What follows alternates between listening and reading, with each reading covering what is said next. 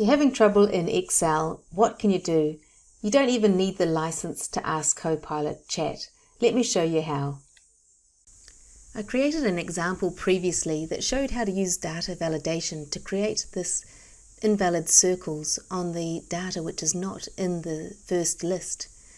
Then the question arose, how can we extract the items which are circled? There's no way to filter it. So I asked Copilot Chat. Okay, let's bring in Copilot. I have the license, but you don't need the license to use Copilot Chat. I've asked the question here, when you get data validation in Excel to circle invalid data, is there a way to extract that list? I want to filter by the red circle. I've actually spelled it wrong too, but Copilot doesn't mind. And Copilot suggests using a helper column with an if-is error.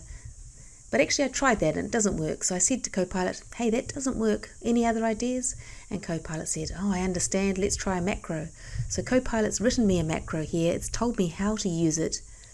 And I've gone back into Excel and I've applied it. Let's see if it works.